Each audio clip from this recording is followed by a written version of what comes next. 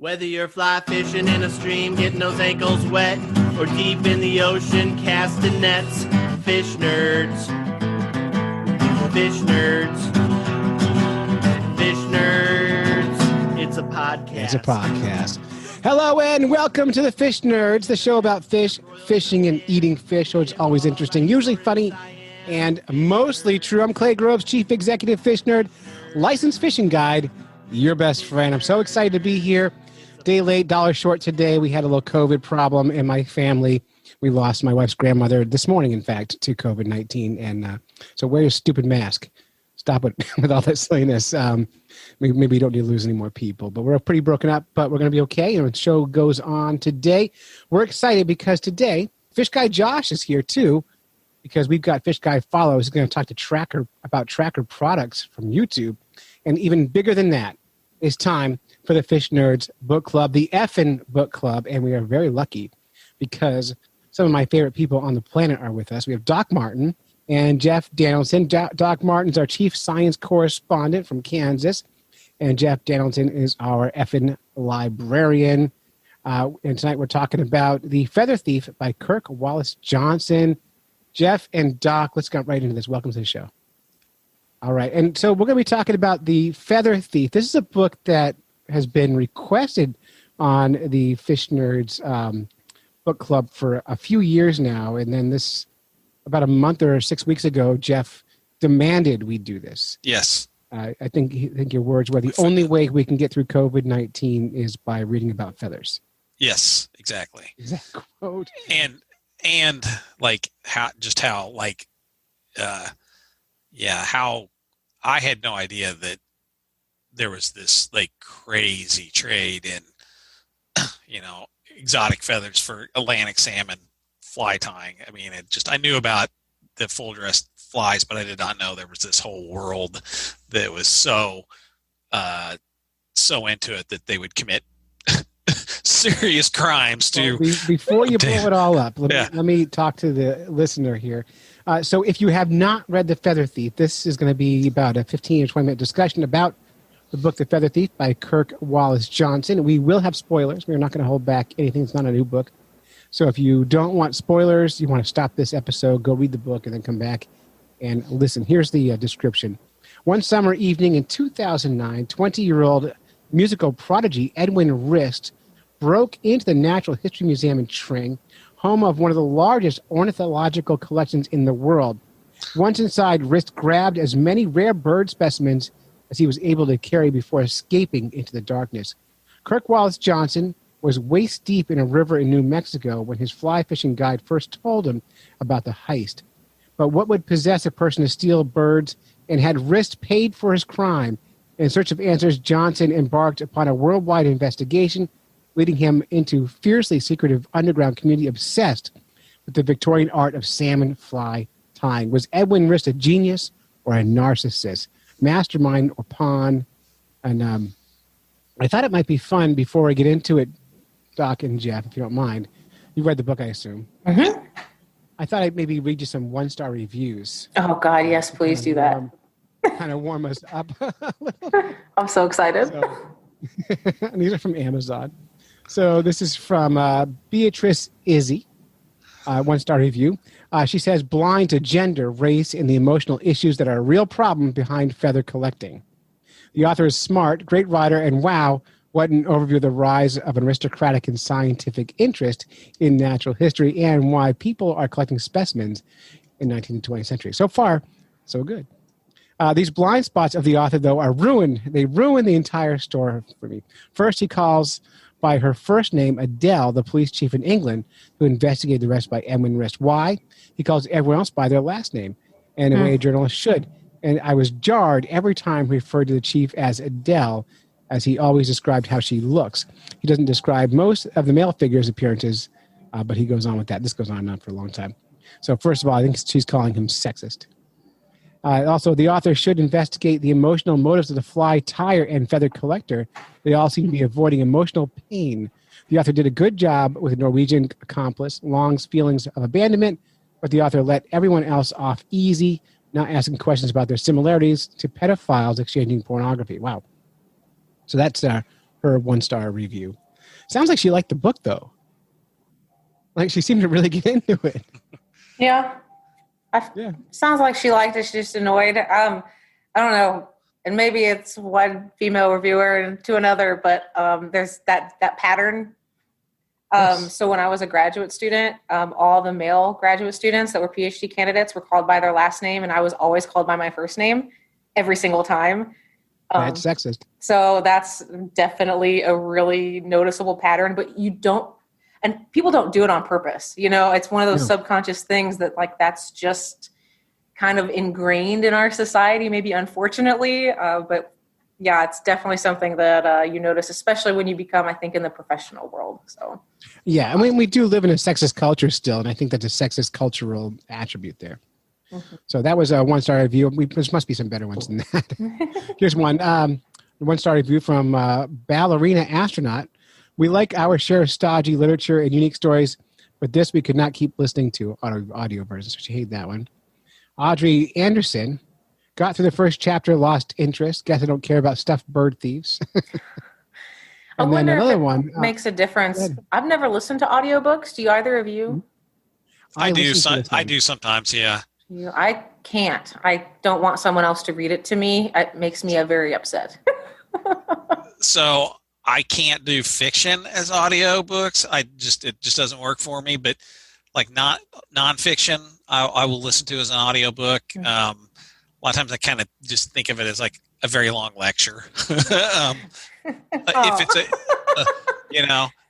but in a good way, you know what I mean? It's like I typically listen to audiobooks about things I want to learn about, right? So I will listen to stuff, but choice of narrator is huge. I could see that. Oh yeah, I mean the right narrator can like make or break a book, and a lot of times they have authors read their own books. And most of them are terrible. I could see that too. Right.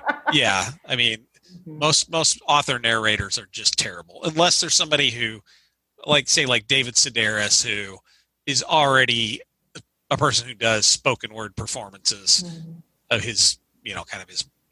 I don't like him. Yeah. I think he's funny, but I don't like when he reads his own stuff either. I did listen to this one as audio myself.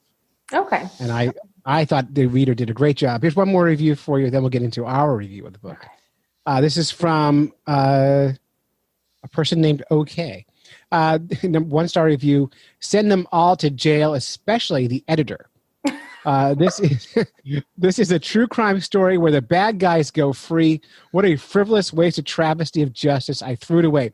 So he didn't like it because it told a real story where the bad guy got away. Sorry about reality. Because it's real. Yeah.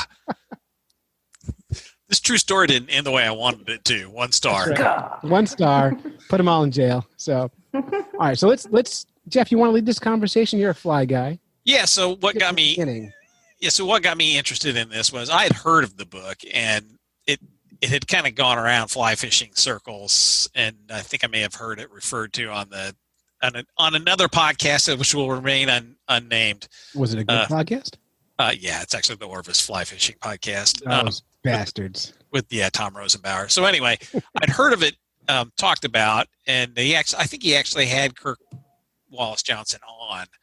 But then it kind of fell off my radar for a while, and lately I've been doing a ton of fly tying, and I have been like investing in materials, and so things like a quality dry fly,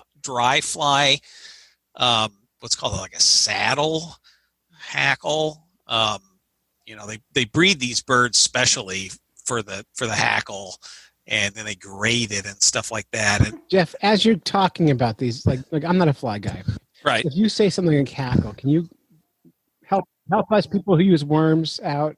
Right. So hackle, when people wind a feather around a hook and it kind of all sticks out.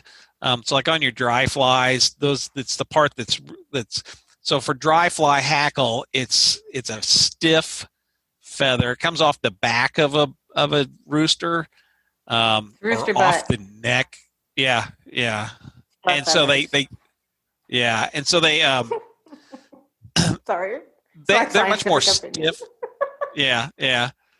So they're much more stiff, fibered, so that they like basically kind of hold up the fly on the surface tension. And then you have soft hackle, which is not as stiff fibered. But anyway, these feathers, like they've selectively bred all these different. I've got an assistant here that keeps getting in the way. They breed these birds and have selectively bred them to produce just amazing long, perfect feathers that, like, fly tires 50 years ago would die to see this kind of like material, but it's expensive. So like you go to look at one of these things and you're like, you want $150 for this, for these feathers? But it turns out that it's so much easier to work with the $150 feathers than the $25 feathers. They're better. $100 better? Or is it $20 better? So typically you get like a lot more flies per feather for like a high grade hackle. They're really long, and they're all the same size. They're the same size all the way out down that really long feather.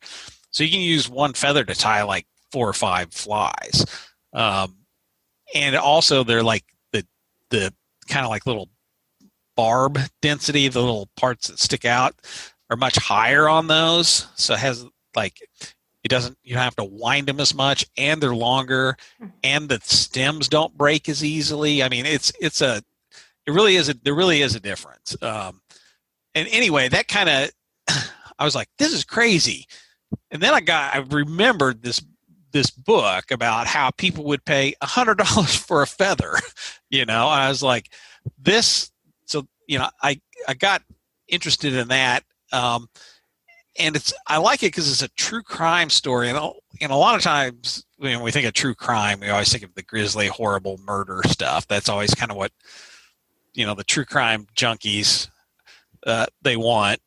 I know, because they come to the library and they're like, what's the newest horrible, terrible, awful serial killer, true crimes book? And so I'm having to look that up. But so this is kind of an interesting true crime story with kind of a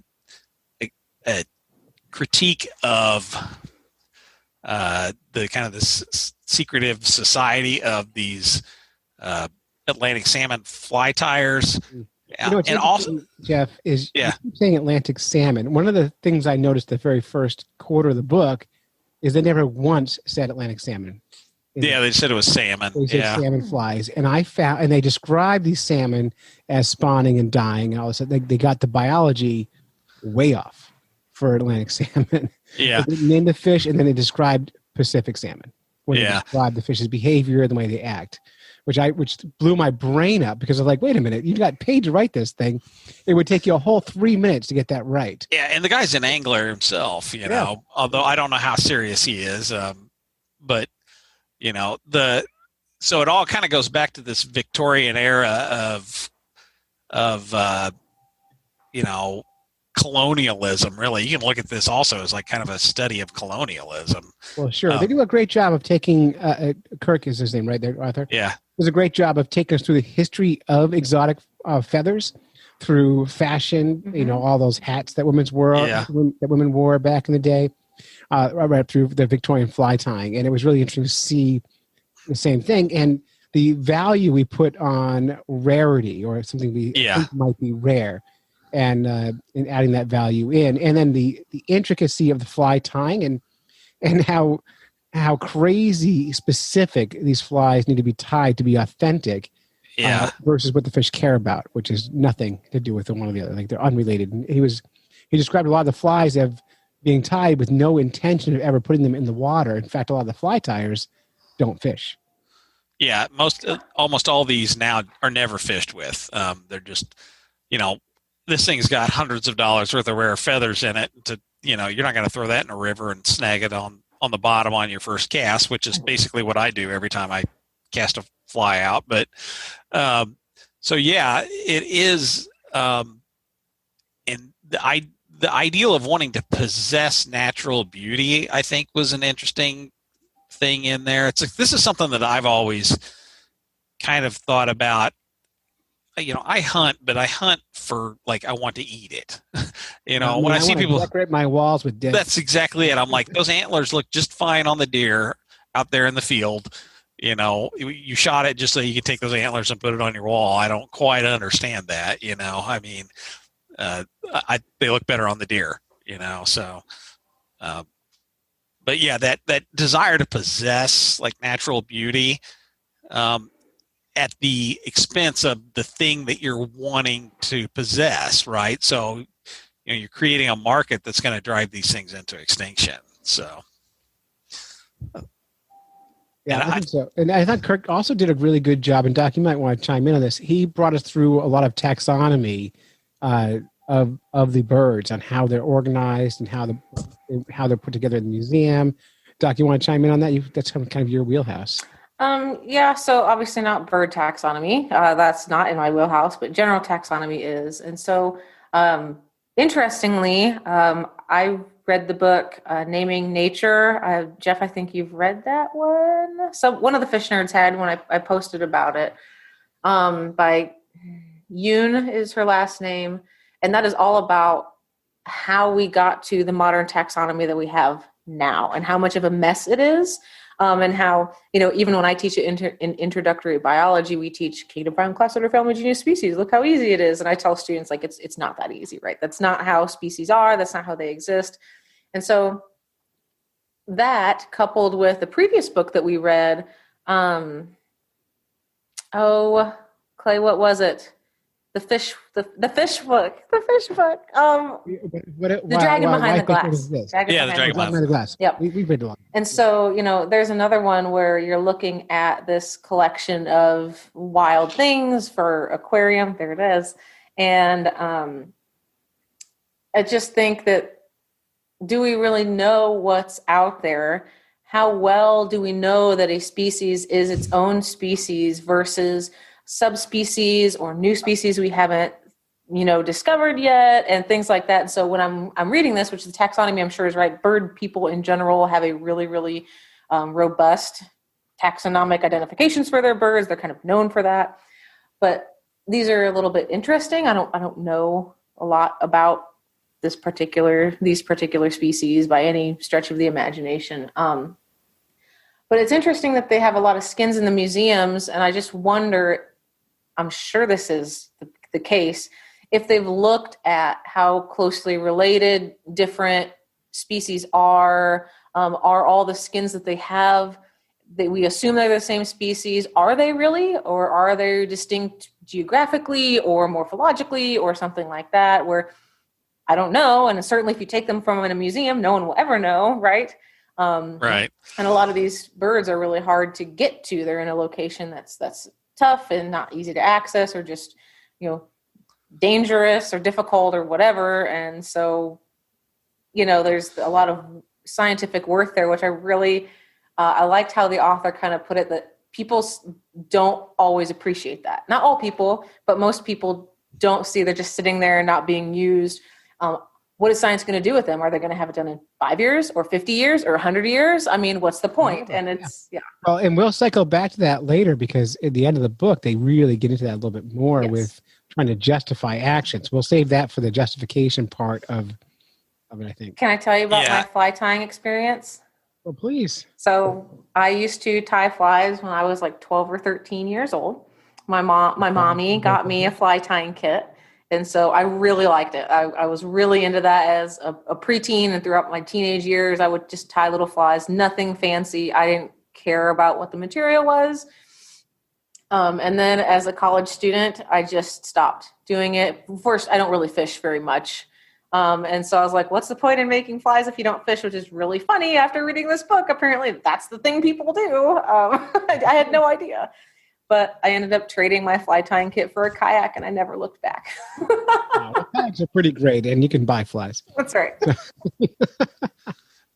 So let's get into kind of the arc of the story. So basically, there's this kid who is a flautist, American flautist in England at some super talented. Super talented. Yeah. Yeah. And he wants to buy a new flute, but he's also a master fly tyer from a young age, and making waves in the fly tying world. What I found interesting was the timing on this book. When I first thought about this, I thought this had to happen before internet, because it'd be so easy to solve this crime with the internet, which is a big fail. So basically, this kid got into this whole thing. Then he found out some of the most rare feathers he could ever find were at this museum, the Trin Museum.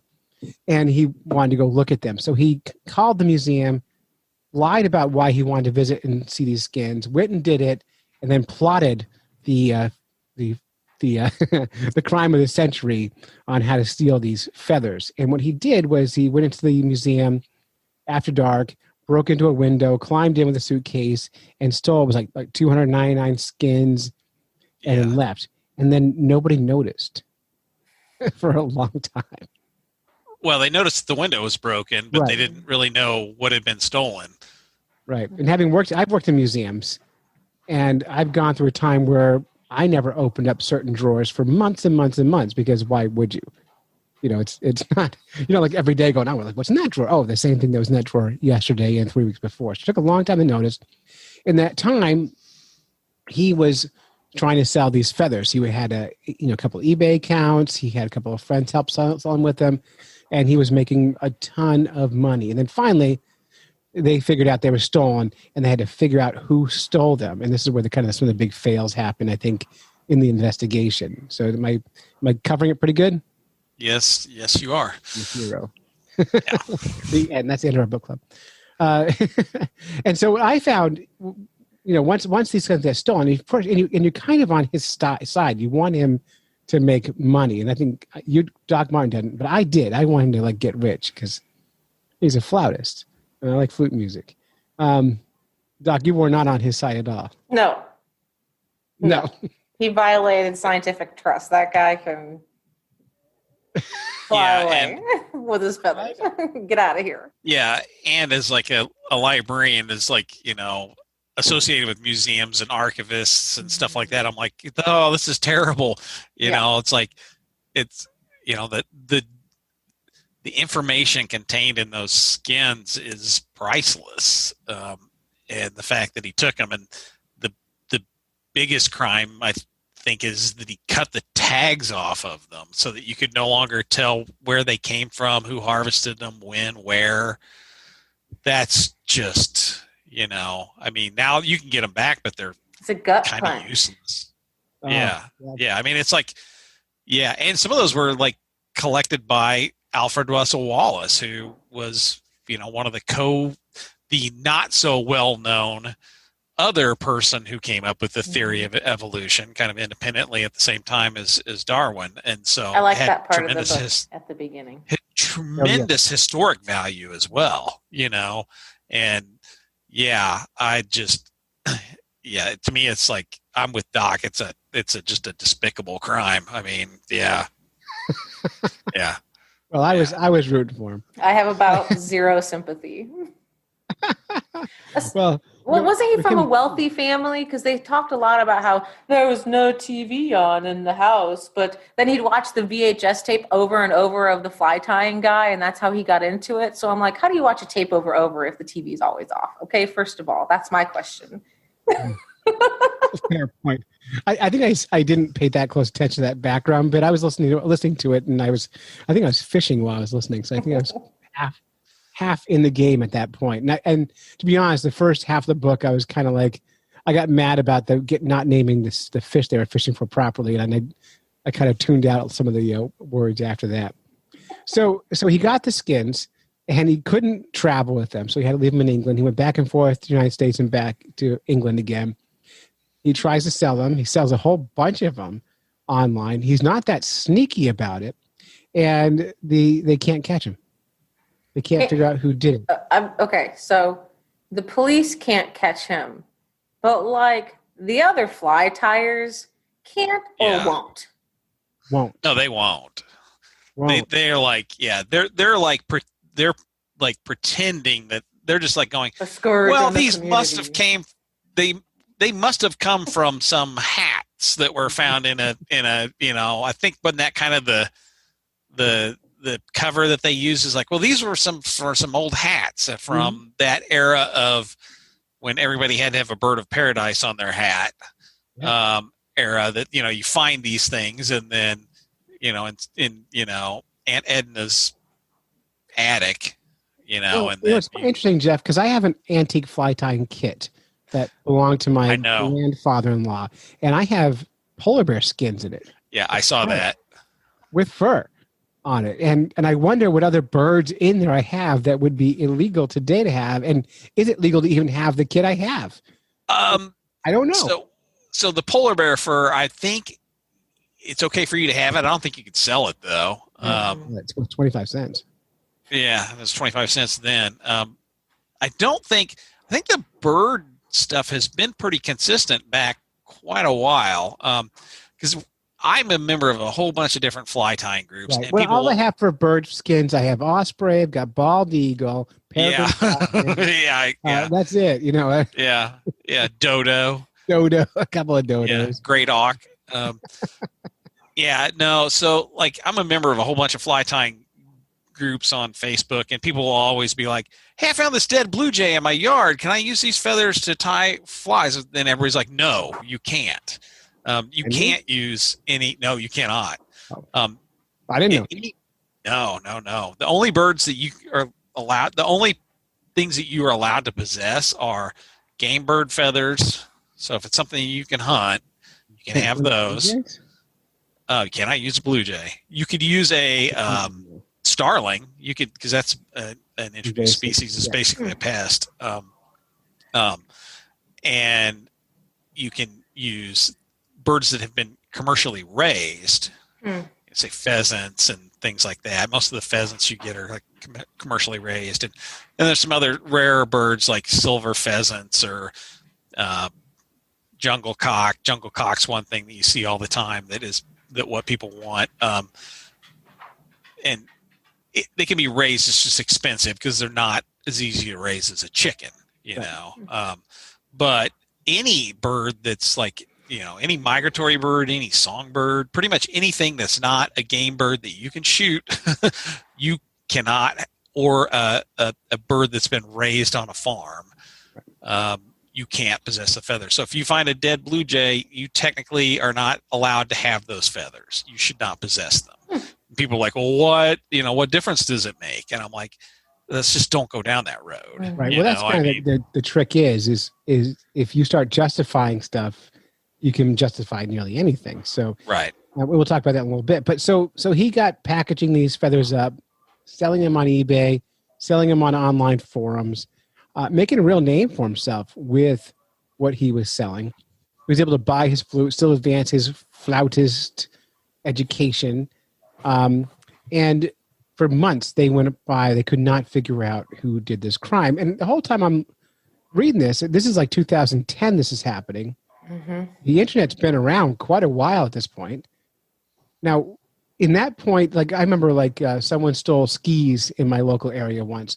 The very first thing you do when you're investigating a theft is you go to Craigslist, you go to eBay, and you look to see if those things are for sale, and you find the guy, or usually it's almost always a guy. I hate to be sexist, but sorry, Doc. But it's almost always a guy. You find the guy who stole your junk because they're reselling it. It's easy to do. For some reason, the investigator, whose name I won't use because I only know her first name, did not do the basic Googling. Well, weren't they for a long time? They didn't realize why anyone would steal the feathers, so they didn't realize you could even sell them. They didn't think that they were sellable. If that's what I remember reading correctly? Because they're like, the heck came in here to steal feathers? Like they just didn't even realize the fly tying community existed and that was a thing. So I think that might be why they didn't look for them, because they really didn't think they had any value to sell. That's not some crazy birder hat collector. Yeah, either birder, or they just like, oh, these things are rare, so I'm going to take them just because they're rare. And so I think that's what they thought. Yeah. But he was listing them under their actual scientific names. I know. It wasn't like he was being sneaky about selling them. I mean, I don't think it takes that much of a leap to do a Google search to find this stuff for sale. I just think it just went over. I think you're right, Doc. They just went right over. It didn't occur to them that they would be selling these things. Yep. It took a while to figure that out. Which I mean, appreciate if you're not in the fishing world at all. Like, how are flies made? I don't know. Like people probably just don't know. I've read a lot of books recently about how much people don't know. It's very humbling. People don't know much. Yeah, more people should read those books. So yeah. Go ahead, Clay. Okay. No, go ahead. So they eventually, though, it came back to haunt him, and he had worked with people all over the world to help repackage these things, and eventually hundreds of pieces of birds got distributed around the world to different fly tyers, and they loved these birds. It was Indian crow was the big one they kept saying over and over again in the book, and eventually the crows come home to roost, as they say. Is that a real saying? Yeah, well, I thought it was the chickens, but it was close. In this case, it was the crows. Yeah, and they came back to roost, and he got busted, and he immediately, this guy has no backbone. He immediately just admitted everything. Mm-hmm. Yep, I stole it. I did it all, and he just leaked. He just a big mess. And then it goes, this is in England, and so it doesn't have to go to a jury trial. And he goes to court, and he ends up getting off the hook, basically, because he's a. Oh, that's right. Yeah, he got busted in his apartment with his girlfriend was there, and he got all this stuff happened, and he got off the hook because he found a doctor who would claim that he was an Asperger's. He had Asperger's, diagnosed with Asperger's, Baron and Cohen. very recent. yeah. Yes. It's like Sacha Baron Cohen's cousin, uncle, right? isn't it? Cousin or uncle? Yeah. That's right. And so he got off the hook because he claimed to have be on the spectrum, to be Asperger's. And very recently in England, someone else got off the hook for the same thing, and the judge didn't want to wade into those waters and basically just set him free with basically a year. They said, no, if you don't mess up the next year or so, you're free to go. And he got away with the feather crime of the century. Yeah. And then the author of the book decided to go on a worldwide quest to try to find the rest of the skids. And I can't tell if he wanted to return them to the museum or not, or just learn about them. I got confused kind of second, third of the book. I feel like he wanted to return them to the museum. And I think he wanted to, get more information from Edwin Rist, and I found that the interview that he had with him to be, I don't see any real repentance or regret on Rist's part. Well, that's when we get into the justification. First of all, we find out that Rist seemed to be faking the Asperger's. He was able to turn that on and off, and then he seemed to be justifying what he did by saying what Doc was saying earlier. There's no value. This is a quote from Doc. There's no value to storing things in a museum forever. Hey, that is what he had said. I very much disagree with that. A lot. Vehemently disagree with it. Yeah. But he was justifying it, but he got off the hook. But he just kept talking, though. I was amazed that he sat for, it was like an 8 or 9 hour interview with the author of the book. It just seemed like honesty. Just seemed like just saying everything. Yeah. I just don't think he truly comprehends the gravity of, maybe he doesn't truly understand the gravity of what he did. If you don't understand the scientific value of them, you just don't get what you did. You're just like, well, I just stole some dead birds, and but that'd be like saying, well, I just stole the Lucy fossil. It's just some bones, I mean, I have a suggestion. Yeah. So I'm really not convinced that prison is a useful tool for corrective behavior. Period. I think you're right. So for this, it can't be cruel and unusual punishment, but I would suggest that he gets to go and do community service with a scientific institution to learn the process and the value for X number of months or years, so he can understand how science works under some kind of supervision and have to produce something of valid scientific work of some kind to be determined. It's an interesting idea. And for someone who is meticulous, like a flautist or a fly tyer, Right? They've got a high level of OCD, I would imagine. They might enjoy that work, like sorting insects for hours and hours. I've done that. It's boring, but some people love it. Hey. So We're gonna go get macroinvertebrates next month at the wetlands. Dave Callum and I used to spend hours and hours. We had it called the bug nights at the local college, and they would do the benthic studies, and we would sort insects. There's a pearl a day, and there's a helger mite. We just do the whole thing, and it was. Oh, I love the helger mites. I know it was fun, but it was tedious, and it smelled nice. So. But I think it's a great idea, Doc, because I do agree with you, by the way, especially for like non-violent people. I don't see any need to put people in jail if they're not dangerous to other people. I don't see any reason why. That's a whole other conversation. Yeah, one of my big things is that there's a lot of ill-gotten gains that he has there too that should have been some sort of restitution, like return the flute or something. I don't know. Yeah, well, the TV he stole. We covered that. Like he stole it when he got busted for stealing the feathers. Rather than just admit stealing the feathers, he goes, "Oh, I also stole that TV." Well, I stole the TV. Yeah, he's a really bad criminal. I mean, he's just a terrible criminal. I mean, it's like, yeah. I mean, he's not any kind of mastermind or anything like that. I think he got lucky that he was.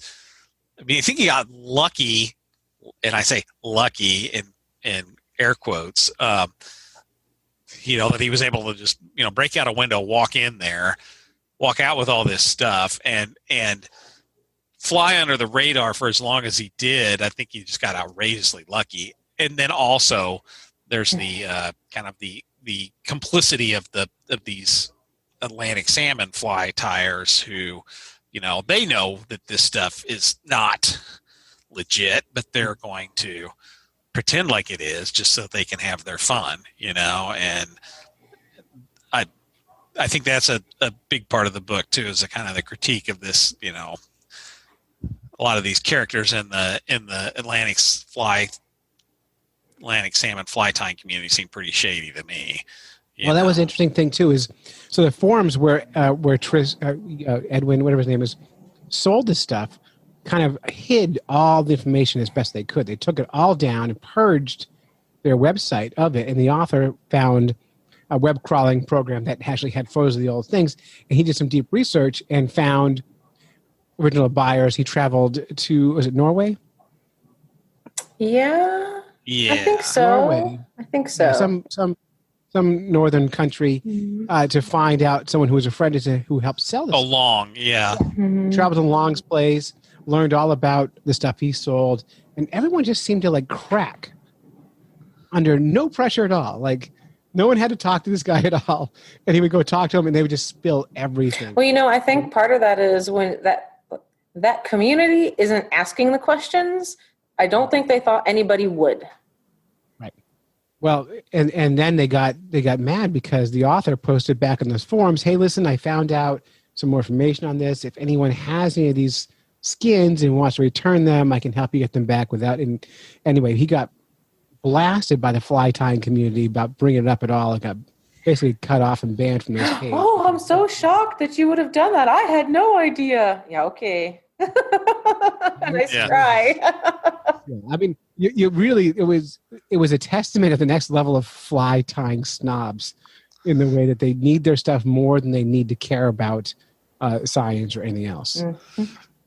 Well, it's like it's beyond anything. It's like it's an obsession so great that these people are willing to break pretty serious laws to do this hobby. And that's the thing that, we can look at the moral and ethical aspects of it from like an environmental or ecological standpoint, or, the theft of the things from a scientific standpoint or whatever. But this is also very illegal, and, well, let me ask you, Jeff, in your adventures in your fishing life, have you ever broken a law? Purposefully? No. Really? No.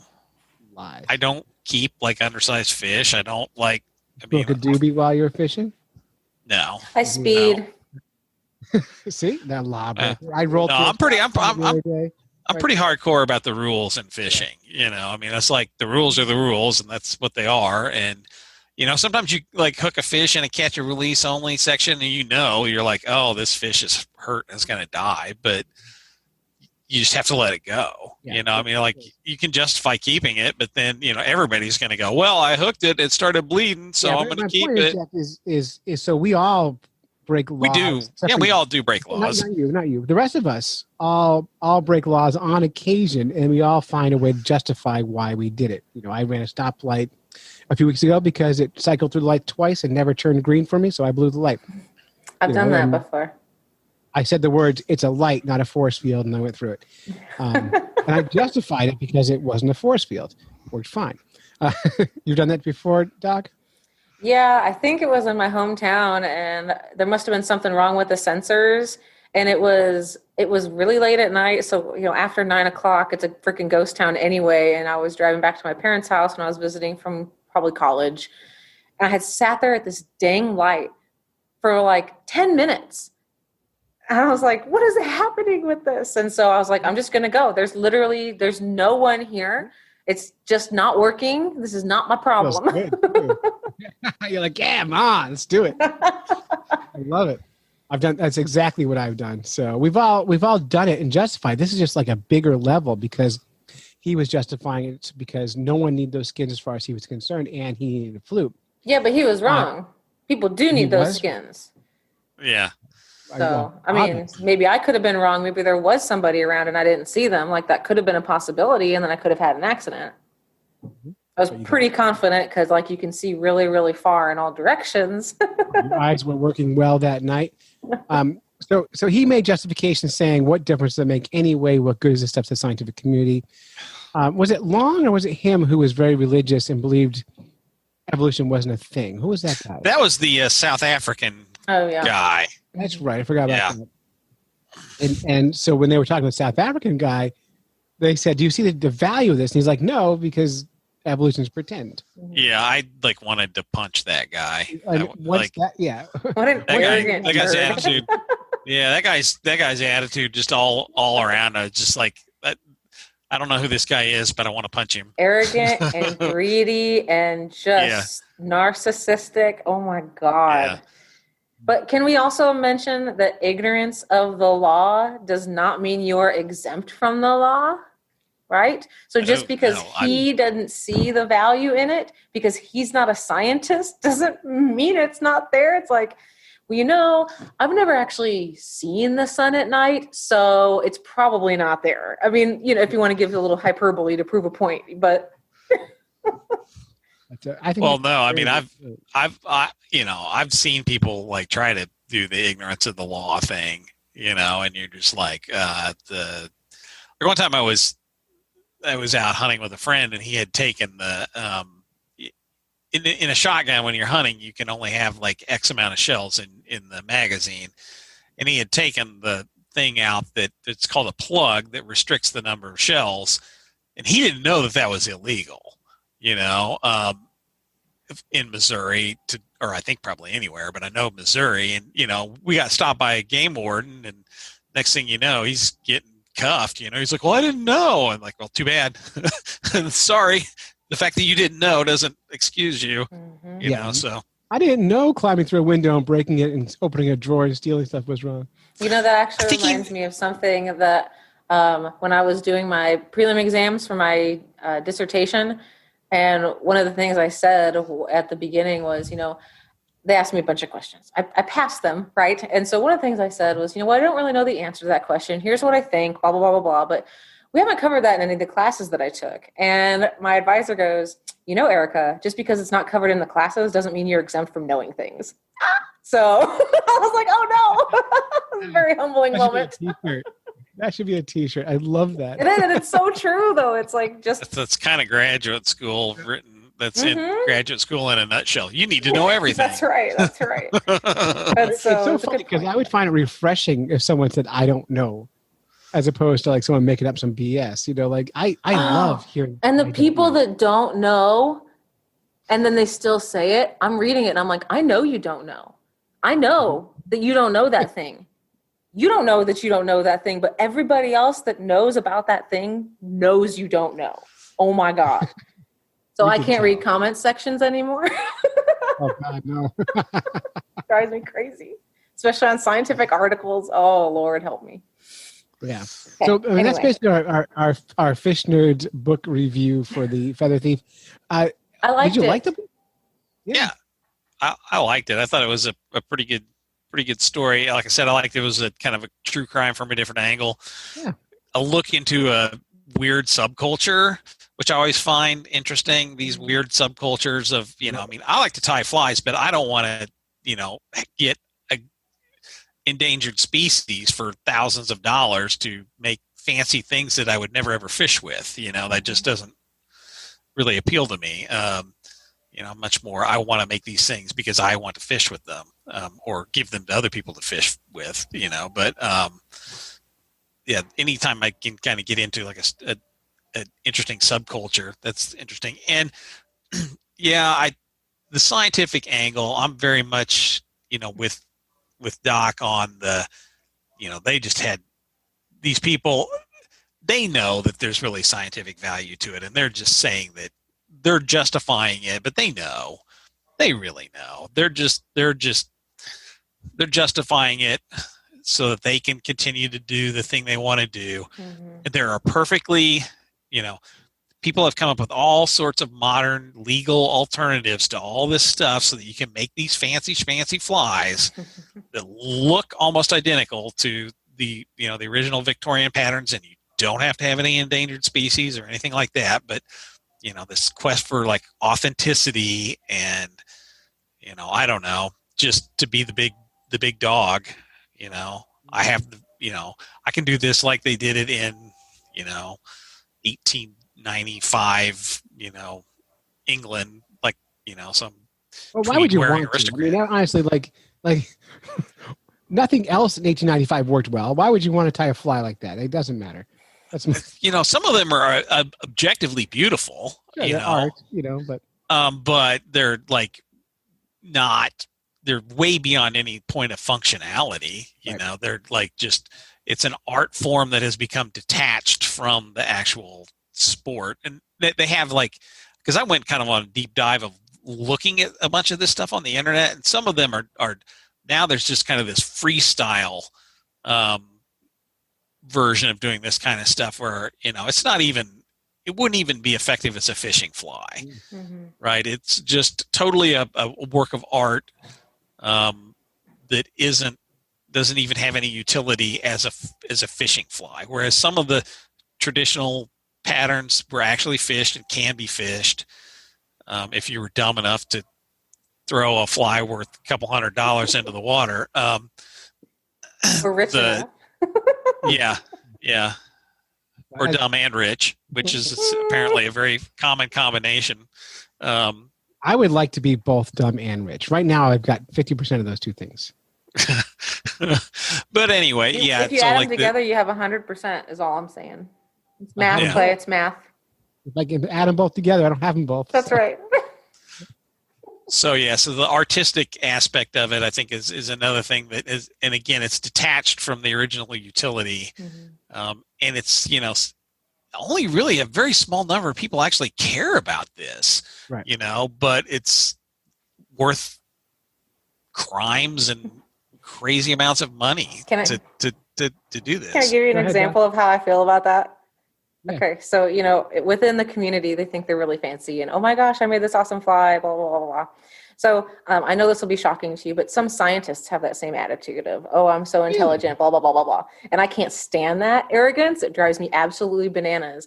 And so one gentleman scientist was talking about being a little, just bragging and kind of being arrogant. And I said, oh, cool. And I said, who's the most famous person in our field, do you think? And they thought, oh, well, that's an interesting question. So they named the person. And I go, if I called up my mother right now and I said, hey, Mom, have you ever heard of blah, blah, blah? What do you think she'd say? And they're like, oh, no, my mom and dad wouldn't know who they were. Oh, my cousin wouldn't know. And I go, exactly. like, congratulations. Nobody knows who you are. Chances of any of us making this huge difference is about 0. That doesn't mean it's not important work. I value what I do. But to be that arrogant about it is just why? Just why? What's the point? No, and we saw that in other books we've read too. The arrogance kind of carries through everything. When we read the Why Fish Don't Exist book, we saw that a lot in that book, how arrogance and science gets in our way. On a downside, I will give a negative piece in this book. I'm at 3 out of 5 stars in this book, by the way. Wouldn't change a thing. But the other thing I saw in this, and I saw this in the Lulu Miller book too, and a few other books I read, the science kind of like science traveling books. So I don't know how to describe this genre of book, but it's somehow the author always tries to fit their story into the book. It doesn't fit. It doesn't even matter to the book. So in this one, we hear about PTSD, and I appreciate people's service and that they need to get through PTSD or whatever they have to do it. And he wrote the book because of that. And he kept, there'd be like a sentence here and there referring back to his time. I must have blanked that all out.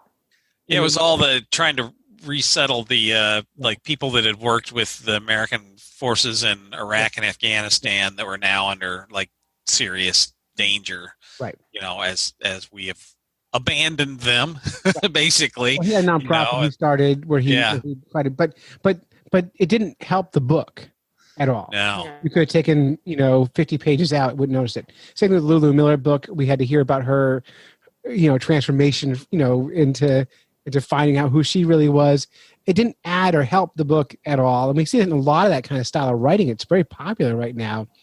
They have these great these investigative journalist stories, and then it must be the editor or someone saying, "Oh, add your story in there," and they try to piece it in.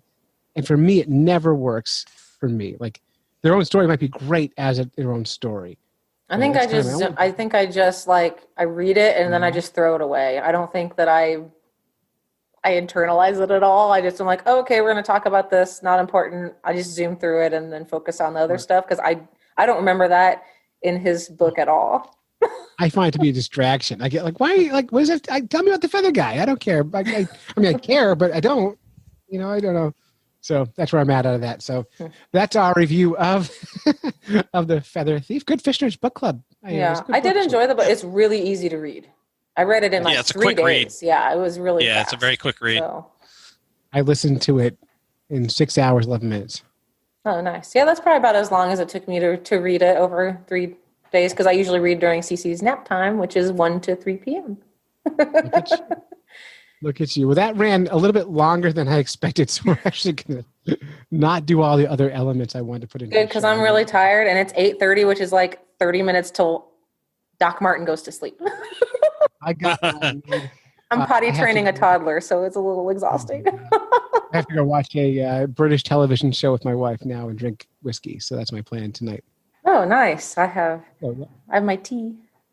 Look at you. Yeah. I'm so fancy. You all were talking about Helgramites. I blew up a fly tying group for my shelf liner Helgramite. I loved it. Yeah, it's the biggest post I think I've ever done anywhere. It's I'm pushing 1,000 responses to it and stuff. Yeah, and I'm just and it's not even an original idea. I just said, hey, I saw somebody else did this and posted it. And so I don't go looking for $100 feathers. I go rummaging around the hardware store, and you can buy stuff at the fly shop, and a lot of that's all fine and good. But you can find these interesting materials that you didn't know were usable to make flies or lures or whatever. We should have a fish nerds Like- competition where we tie flies using ridiculous things, and then Clay judges them. Yeah, that would be good because John would Fly. be in on that big Oh time. yeah, we have to Yeah, say you can't use things. Like there's things you can't use. We'll have it's like you have to go in your recycle bin in your house. Oh God. Okay, I like Or your that. junk That's bin in really your house. fun. You're not allowed to use any feathers. Oh, Yeah, no feathers, no obviously. fur, Yeah. No no nothing fur. like that. Yep. Yeah, just trash. Yeah. Well, not only that, we got to do bonus if you can catch a fish on them. Yeah, definitely. That'd be awesome. All right. Well, listen, we're going to end it here. Yay. And Doc Martin can go to bed. Yay. I'm so happy to see both of you. It's been a long time. I know. Yeah. I'm sorry. I've been crazy busy. We've all been busy. It's been Yeah. This whole year sucked.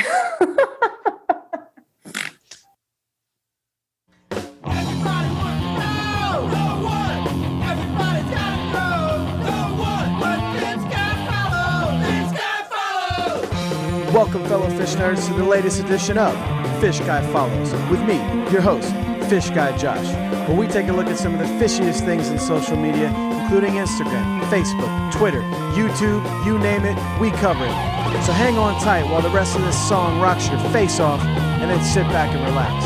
It's time for Fish Guy Follows. Greetings, fellow fish nerds. It's Fish Guy Josh back again with another edition of Fish Guy Follows. Today we're going to hop on the social media platform YouTube, and we're going to take a look at a channel I like to follow called Trakker Products, and that's Trakker spelled Trakker. Now, as a lot of you may or may not know, one of my big interests in fishing is carp fishing. I befriended a few European carp anglers and started tagging along on some of their carp sessions and really got into it. And one of the big things about the European carp fishing style is a lot of different equipment. They do a lot of overnight fishing. So there's a lot of gear centered around not only carp fishing, but staying warm, comfortable, and dry on the bank for long periods of time. Now, one of the most popular companies in Europe that produces a lot of this equipment is Trakker. And Trakker's got some great gear. I have a lot of their gear. But the great thing about this is even if you're not into carp fishing, a lot of their equipment is basically clothing, camping, bags, things like that. So it's a lot of things that I think are useful for any angler that likes to be outside for long periods of time. Even people who aren't angling and just into outdoors, there's a lot of great gear that I think you can utilize and implement into your camping, hunting, or fishing gear. And the channel, Trakker Products, basically are short videos of each of the products that they put out. And these guys don't just camp on one product line for years and years. Every year they're putting out a lot of great new stuff. So you can be guaranteed that almost every season there's going to be something new posted on there.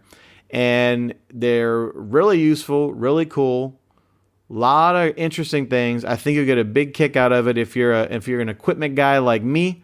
I think you'll geek out pretty hard on this channel. And I personally like to go to Johnson Ross Tackle, which is a UK-based online store that sells a lot of Trakker products. This is one of the best places to get some of these Trakker products you're going to see on this video. And you can also go to bigcarptackle.com, which is another carp fishing website, but based out of Oklahoma.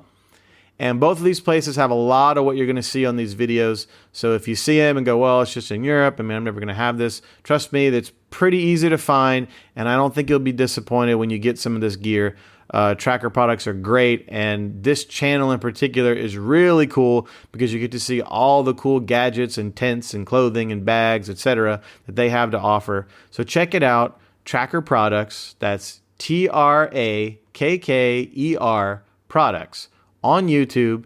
Don't forget you can also follow me, Fish Guy Josh, on YouTube and all the other social media platforms, including Facebook, Twitter, Parler, and Instagram. And I'll see you guys on the next go round.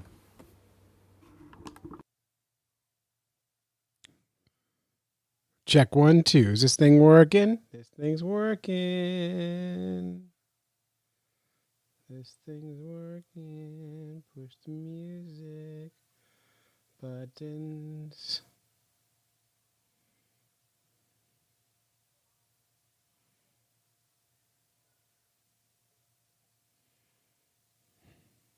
Okay.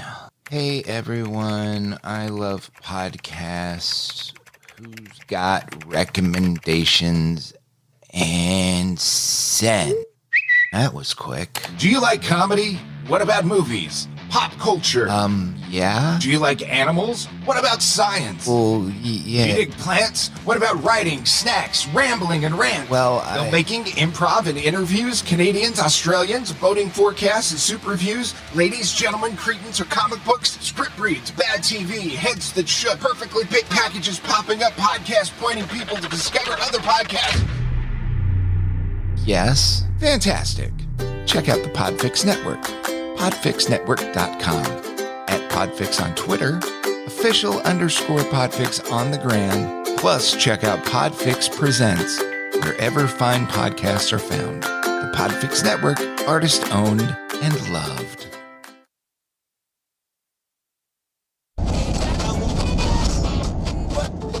Hey guys, look at that adorable town. There's the classic New England church, the quaint village store, all surrounding that beautiful pond. The sparkling snow-frosted pines. Oh, look, they're ice skating and all those folks ice fishing. This is God's country. Let's go ice fishing this weekend, please, Dad. Yeah, let's try something new. We already have all of our warm stuff for skiing. Plus, the kid is actually making plans to put down her tablet for a change. It's certainly something different, and it sounds really fun. But how?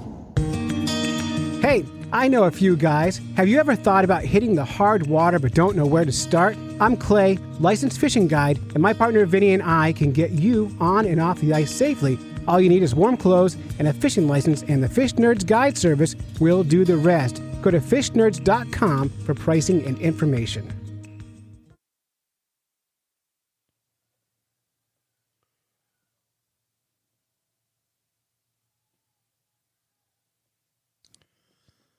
So that's it. You've listened to a bunch of Fish Nerds when you should have been fishing. Big fat thank you to Jeff Donaldson, and huge thank you to Doc Martin for the Fish Nerds Book Club this month. It was longer than we expected, but man, was it a good book and worth our time. Thanks to Fish Guy Josh for the Fish Guy Follows segment. We appreciate your work, and big thanks to Wally Pleasant for our theme music. And that's it. That's it. That's the whole show. So, until next time, follow the code of the Fish Nerd. Spawn early and often. Never trust a free lunch with strings attached, and swim against the current every chance you get. Bye. Whether you're fly fishing in a stream, getting those ankles wet, or deep in the ocean casting nets, Fish Nerds. Fish Nerds. Fish Nerds. It's a podcast. Just for the halibut! Fried in a basket or broiled in a pan. Eat it raw like you're in Siam. Fish Nerds. Fish Nerds. Fish Nerds. It's a podcast.